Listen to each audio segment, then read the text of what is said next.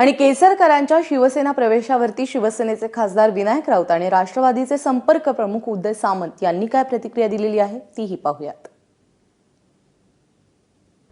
ह्या कोकणामध्ये अविचार कधी जास्त चालत नाही। आमच्या दायकालामध्ये संकासूर असतो, तात्पुरता थैथयाट करतो, पण त्याचा नाश भगवंताच्या माध्यमातून करतो। मग भगवंत म्हणजे कोण?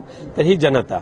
त्यामुळे ज्या पद्धतीने कोकणी जनतेने आधार दिला होता, बाळासाहेबांच्या कृपेने नाऱ्याचा नारायणराव झाला होता, त्याच बाळासाहेबांशी बेईमानी करण्याचं महापाप ज्यांनी केलं त्याचं असतं, त्या विकृतीचं असतं ह्या कोकणातले देवदेवता आणि कोकणातली देवमाणसं केल्याशिवाय राहत नाही, त्याचं प्रत्यक्ष उदाहरण आहे। आणि आमच्या दृष्टिकोनातून आणि सिंधुदुर्ग जिल्ह्याच्या दृष्टिकोनातून नारायण राणे हाचा विषय संपला।